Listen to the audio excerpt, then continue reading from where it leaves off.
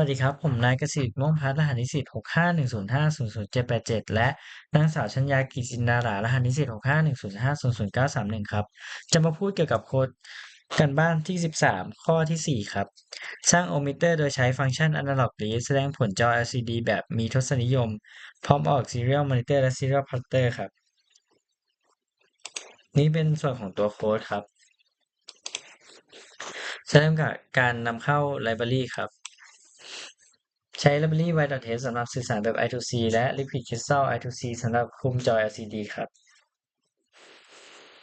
นี่เป็นการตั้งค่าเริ่มต้นครับ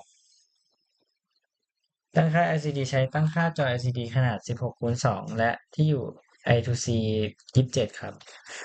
Analog Pin กำหนดพินที่ใช้การวัดค่าแรงดันครับ No Resistor กำหนดค่าแรงต้านทานที่รู้จักในที่นี้ใช้ 1,000 โอห์มครับ V-Supply คือแรงดันที่ใช้จาก Arduino 5 โวลต์ครับ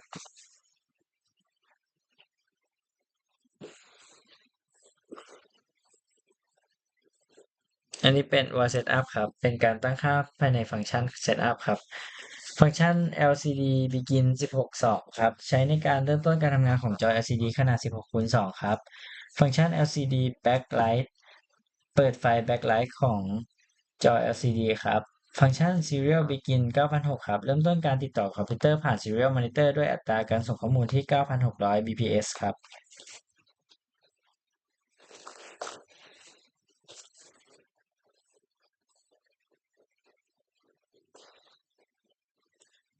ในส่วนของ void loop ครับ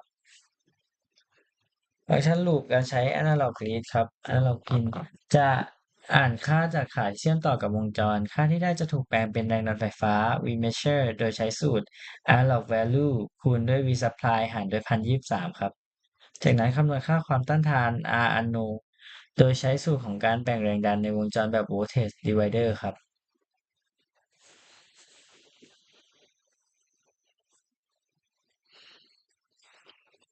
นี่ครับเป็นการแสดงผลบน LCD ครับคนนี้ใช้เพื่อแสดงค่าความต้านทานที่คำนวณได้บนจอ LCD หากค่าความต้านทานมีมากกว่าแสนโอห์มจะแสดงผลในหน่วยโอห์มโดยไม่มีการแสดงทศนิยมครับแต่หากค่าความต้านทานอยู่ในช่วง 1,000 ถึง 99,999 จะแสดงผลในหน่วยกิโลโอห์มโดยแสดงทศนิยม2ตำแหน่งครับถ้าค่าความต้านทานน้อยกว่า 1,000 โอห์มจะแสดงผลในหน่วยโอห์มครับ